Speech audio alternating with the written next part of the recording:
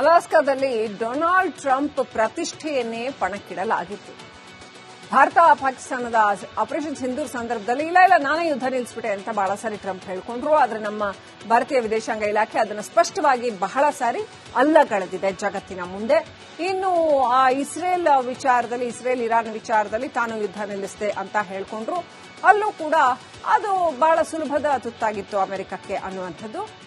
ಇನ್ನು ನಿಮ್ಗೆ ಹಾಗಾದ್ರೆ ಸಾಧ್ಯ ಆದ್ರೆ ರಷ್ಯಾ ಉಕ್ರೇನ್ ನಡುವಿನ ಯುದ್ಧ ನಿಲ್ಲಿಸಿ ಅನ್ನುವಂಥದ್ದು ಜಗತ್ತು ಟ್ರಂಪ್ಗೆ ಕೊಟ್ಟಿರ್ತಕ್ಕಂಥ ಸವಾಲು. ಆದ್ರೆ ಅದು ಸಾಧ್ಯ ಆಗ್ತಾ ಇಲ್ಲ. ರಷ್ಯಾ ಉಕ್ರೇನ್ ಯುದ್ಧ ನಿಲ್ಲಿಸೋದಕ್ಕೆ ಅಂತ ಅಲಾಸ್ಕಾದಲ್ಲಿ ಸಭೆ ನಡೆಸಿದ್ರು. 3.5 ವರ್ಷದಿಂದ ರಷ್ಯಾ ಉಕ್ರೇನ್ ನಡುವೆ ಯುದ್ಧ ನಡೀತಾನೆ ಇದೆ. ಯುದ್ಧ ನಿಲ್ಲಿಸ್ತೀನಿ ಅಂತ ಟ್ರಂಪ್ ಹೇಳ್ಕೊಳ್ತಾನೆ ಇದ್ದಾರೆ. ಅಮೆರಿಕ ಅಧ್ಯಕ್ಷರಾದ ಕೂಡಲೇ ನಾನು ಯುದ್ಧ ನಿಲ್ಲಿಸ್ಬಿಡ್ತೀನಿ ಅಂತ ಡೈಲಾಗ್ ಹೊಡೆದಿದ್ರು. ಆದ್ರೆ ಅಧಿಕಾರ ಹಿಡಿದ 24 ಗಂಟೆ ಒಳಗಡೆ ಯುದ್ಧ ನಿಲ್ಲಿಸ್ತೀನಿ ಅಂತ ಏನ್ ಡೈಲಾಗ್ ಹೊಡೆದಿದ್ರು, ಟ್ರಂಪ್ ಅಧ್ಯಕ್ಷರಾಗಿ 6 ತಿಂಗಳು ಕಳೆದ್ರೂ ಕೂಡ ಯುದ್ಧ ನಿಂತಿಲ್ಲ. 50 ದಿನಗಳಲ್ಲಿ ಯುದ್ಧ ನಿಲ್ಲಿಸಬೇಕು ಅಂತ ಡೊನಾಲ್ಡ್ ಟ್ರಂಪ್ ಕಟ್ಟಪ್ಪಣೆ ಹೊರಡಿಸಿದ್ರು. ಆದ್ರೆ ಯಾರು ಕೇಳಲಿಲ್ಲ. ಯುದ್ಧ ನಿಲ್ಲಿಸದೇ ಇದ್ರೆ ಮತ್ತಷ್ಟು ನಿರ್ಬಂಧ ಹಾಕ್ತೀನಿ ಅಂತ ಬೆದರಿಕೆ ಹಾಕಿದ್ರು. ಆದ್ರೆ ಉಕ್ರೇನ್ ಮೇಲೆ ರಷ್ಯಾ ದಾಳಿಯನ್ನ ಮತ್ತಷ್ಟು ತೀವ್ರಗೊಳಿಸಿತು. 48 ದಿನಗಳು ಆಗುವಷ್ಟರಲ್ಲಿ ತನ್ನ ದೂತನನ್ನ ಟ್ರಂಪ್ ಕಳಿಸಿದ್ದಾರೆ. ಮಾಸ್ಕೋದಲ್ಲಿ ಪುಟಿನ್ ಜೊತೆ ಆ ದೂತ ಚರ್ಚೆ ನಡೆಸಿದ್ದಾನೆ. ಅದಾದ ಬಳಿಕ ಪುಟಿನ್ ಟ್ರಂಪ್ ಮಧ್ಯೆ ಮಾತುಕತೆ ನಡೆದಿದೆ. ಉಭಯ ನಾಯಕರ ಮಧ್ಯದ ಚರ್ಚೆ ಫಲಪ್ರದವಾಗಿಲ್ಲವಂತೆ. ಈಗ ಜೆಲೆನ್ಸ್ಕಿ ಜೊತೆ ಚರ್ಚೆ ಮಾಡೋದಕ್ಕೆ ಟ್ರಂಪ್ ಮುಂದಾಗಿದ್ದಾರೆ.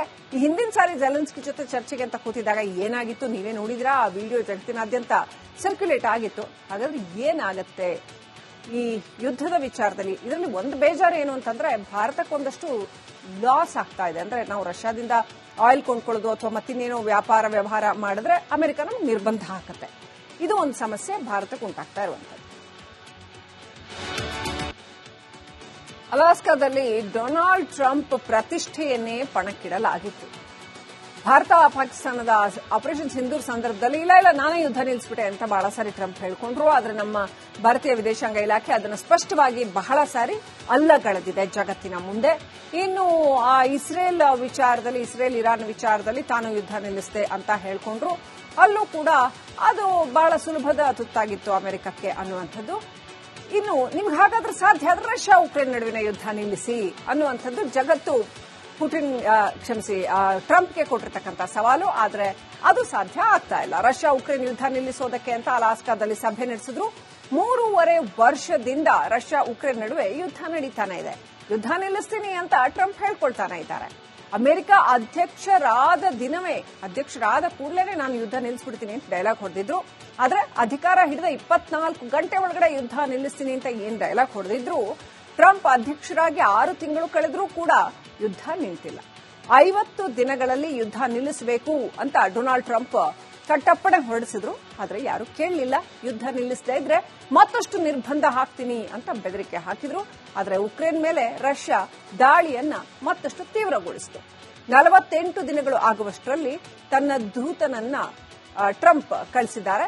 ಮಾಸ್ಕೋದಲ್ಲಿ ಪುಟಿನ್ ಜೊತೆ ಆ ದೂತ ಚರ್ಚೆ ನಡೆಸಿದ್ದಾನೆ. ಅದಾದ ಬಳಿಕ ಪುಟಿನ್ ಟ್ರಂಪ್ ಮಧ್ಯೆ ಮಾತುಕತೆ ನಡೆದಿದೆ. ಉಭಯ ನಾಯಕರ ಮಧ್ಯದ ಚರ್ಚೆ ಫಲಪ್ರದವಾಗಿಲ್ಲವಂತೆ. ಈಗ ಜೆಲೆನ್ಸ್ಕಿ ಜೊತೆ ಚರ್ಚೆ ಮಾಡೋದಕ್ಕೆ ಟ್ರಂಪ್ ಮುಂದಾಗಿದ್ದಾರೆ. ಈ ಹಿಂದಿನ ಸಾರಿ ಜೆಲೆನ್ಸ್ಕಿ ಜೊತೆ ಚರ್ಚೆಗೆ ಅಂತ ಕೂತಿದ್ದಾಗ ಏನಾಗಿತ್ತು ನೀವೇ ನೋಡಿದ್ರಾ? ಆ ವಿಡಿಯೋ ಜಗತ್ತಿನಾದ್ಯಂತ ಸರ್ಕ್ಯುಲೇಟ್ ಆಗಿತ್ತು. ಹಾಗಾದ್ರೆ ಏನಾಗತ್ತೆ ಈ ಯುದ್ಧದ ವಿಚಾರದಲ್ಲಿ? ಇದರಲ್ಲಿ ಒಂದು ಬೇಜಾರು ಏನು ಅಂತಂದ್ರೆ, ಭಾರತಕ್ಕೊಂದಷ್ಟು ಲಾಸ್ ಆಗ್ತಾ ಇದೆ. ಅಂದ್ರೆ ನಾವು ರಷ್ಯಾದಿಂದ ಆಯಿಲ್ ಕೊಂಡ್ಕೊಳ್ಳೋದು ಅಥವಾ ಮತ್ತಿನ್ನೇನೋ ವ್ಯಾಪಾರ ವ್ಯವಹಾರ ಮಾಡಿದ್ರೆ ಅಮೆರಿಕ ನಮ್ಗೆ ನಿರ್ಬಂಧ ಹಾಕತ್ತೆ. ಇದು ಒಂದು ಸಮಸ್ಯೆ ಭಾರತಕ್ಕೆ ಉಂಟಾಗ್ತಾ ಇರುವಂತದ್ದು. ಅಲಾಸ್ಕಾದಲ್ಲಿ ಡೊನಾಲ್ಡ್ ಟ್ರಂಪ್ ಪ್ರತಿಷ್ಠೆಯನ್ನೇ ಪಣಕ್ಕಿಡಲಾಗಿತ್ತು. ಭಾರತ ಪಾಕಿಸ್ತಾನದ ಆಪರೇಷನ್ ಸಿಂಧೂರ್ ಸಂದರ್ಭದಲ್ಲಿ ಇಲ್ಲ ನಾನೇ ಯುದ್ಧ ನಿಲ್ಲಿಸ್ಬಿಟ್ಟೆ ಅಂತ ಬಹಳ ಸಾರಿ ಟ್ರಂಪ್ ಹೇಳ್ಕೊಂಡ್ರು. ಆದ್ರೆ ನಮ್ಮ ಭಾರತೀಯ ವಿದೇಶಾಂಗ ಇಲಾಖೆ ಅದನ್ನು ಸ್ಪಷ್ಟವಾಗಿ ಬಹಳ ಸಾರಿ ಅಲ್ಲಗಳೆದಿದೆ ಜಗತ್ತಿನ ಮುಂದೆ. ಇನ್ನು ಇಸ್ರೇಲ್ ವಿಚಾರದಲ್ಲಿ, ಇಸ್ರೇಲ್ ಇರಾನ್ ವಿಚಾರದಲ್ಲಿ ತಾನು ಯುದ್ಧ ನಿಲ್ಲಿಸಿದೆ ಅಂತ ಹೇಳ್ಕೊಂಡ್ರು. ಅಲ್ಲೂ ಕೂಡ ಅದು ಬಹಳ ಸುಲಭದ ತುತ್ತಾಗಿತ್ತು ಅಮೆರಿಕಕ್ಕೆ ಅನ್ನುವಂಥದ್ದು. ಇನ್ನು ನಿಮ್ಗೆ ಹಾಗಾದ್ರೆ ಸಾಧ್ಯ ಆದ್ರೆ ರಷ್ಯಾ ಉಕ್ರೇನ್ ನಡುವಿನ ಯುದ್ಧ ನಿಲ್ಲಿಸಿ ಅನ್ನುವಂಥದ್ದು ಜಗತ್ತು ಟ್ರಂಪ್ಗೆ ಕೊಟ್ಟಿರ್ತಕ್ಕಂಥ ಸವಾಲು. ಆದ್ರೆ ಅದು ಸಾಧ್ಯ ಆಗ್ತಾ ಇಲ್ಲ. ರಷ್ಯಾ ಉಕ್ರೇನ್ ಯುದ್ಧ ನಿಲ್ಲಿಸೋದಕ್ಕೆ ಅಂತ ಅಲಾಸ್ಕಾದಲ್ಲಿ ಸಭೆ ನಡೆಸಿದ್ರು. 3.5 ವರ್ಷದಿಂದ ರಷ್ಯಾ ಉಕ್ರೇನ್ ನಡುವೆ ಯುದ್ಧ ನಡೀತಾನೆ ಇದೆ. ಯುದ್ಧ ನಿಲ್ಲಿಸ್ತೀನಿ ಅಂತ ಟ್ರಂಪ್ ಹೇಳ್ಕೊಳ್ತಾನೆ ಇದ್ದಾರೆ. ಅಮೆರಿಕ ಅಧ್ಯಕ್ಷರಾದ ಕೂಡಲೇ ನಾನು ಯುದ್ಧ ನಿಲ್ಲಿಸ್ಬಿಡ್ತೀನಿ ಅಂತ ಡೈಲಾಗ್ ಹೊಡೆದಿದ್ರು.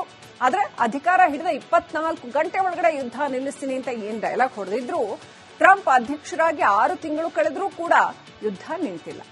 50 ದಿನಗಳಲ್ಲಿ ಯುದ್ಧ ನಿಲ್ಲಿಸಬೇಕು ಅಂತ ಡೊನಾಲ್ಡ್ ಟ್ರಂಪ್ ಕಟ್ಟಪ್ಪಣೆ ಹೊರಡಿಸಿದ್ರು. ಆದ್ರೆ ಯಾರು ಕೇಳಲಿಲ್ಲ.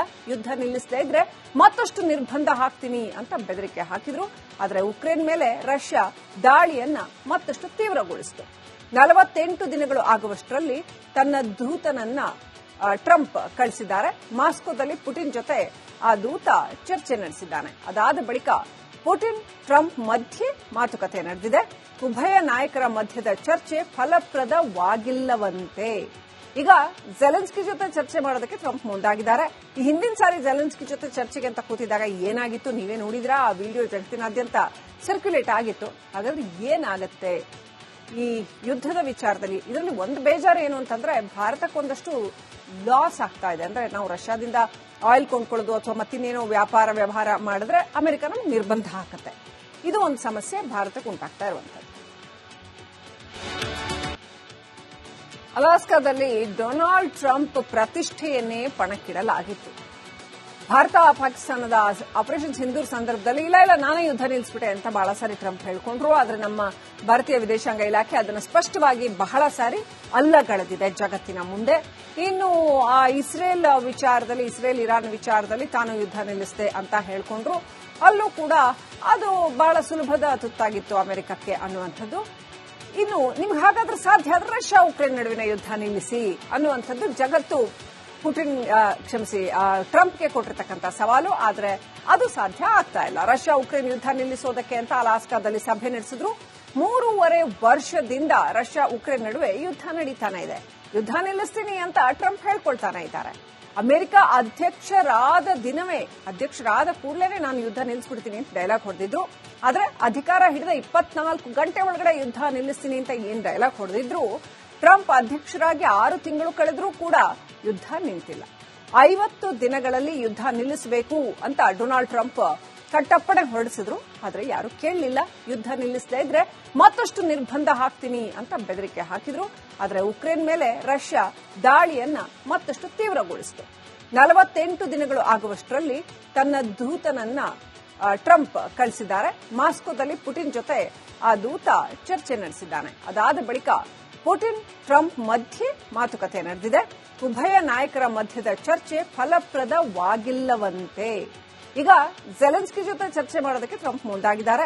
ಈ ಹಿಂದಿನ ಸಾರಿ ಜೆಲೆನ್ಸ್ಕಿ ಜೊತೆ ಚರ್ಚೆಗೆ ಅಂತ ಕೂತಿದಾಗ ಏನಾಗಿತ್ತು ನೀವೇ ನೋಡಿದ್ರಾ? ಆ ವಿಡಿಯೋ ಜಗತ್ತಿನಾದ್ಯಂತ ಸರ್ಕ್ಯುಲೇಟ್ ಆಗಿತ್ತು. ಹಾಗಾದ್ರೆ ಏನಾಗುತ್ತೆ ಈ ಯುದ್ಧದ ವಿಚಾರದಲ್ಲಿ? ಇದರಲ್ಲಿ ಒಂದು ಬೇಜಾರು ಏನು ಅಂತಂದ್ರೆ, ಭಾರತಕ್ಕೊಂದಷ್ಟು ಲಾಸ್ ಆಗ್ತಾ ಇದೆ. ಅಂದ್ರೆ ನಾವು ರಷ್ಯಾದಿಂದ ಆಯಿಲ್ ಕೊಂಡ್ಕೊಳ್ಳೋದು ಅಥವಾ ಮತ್ತಿನ್ನೇನೋ ವ್ಯವಹಾರ ಮಾಡಿದ್ರೆ ಅಮೆರಿಕ ನಮ್ಗೆ ನಿರ್ಬಂಧ ಹಾಕತ್ತೆ. ಇದು ಒಂದು ಸಮಸ್ಯೆ ಭಾರತಕ್ಕೆ ಉಂಟಾಗ್ತಾ ಇರುವಂತದ್ದು.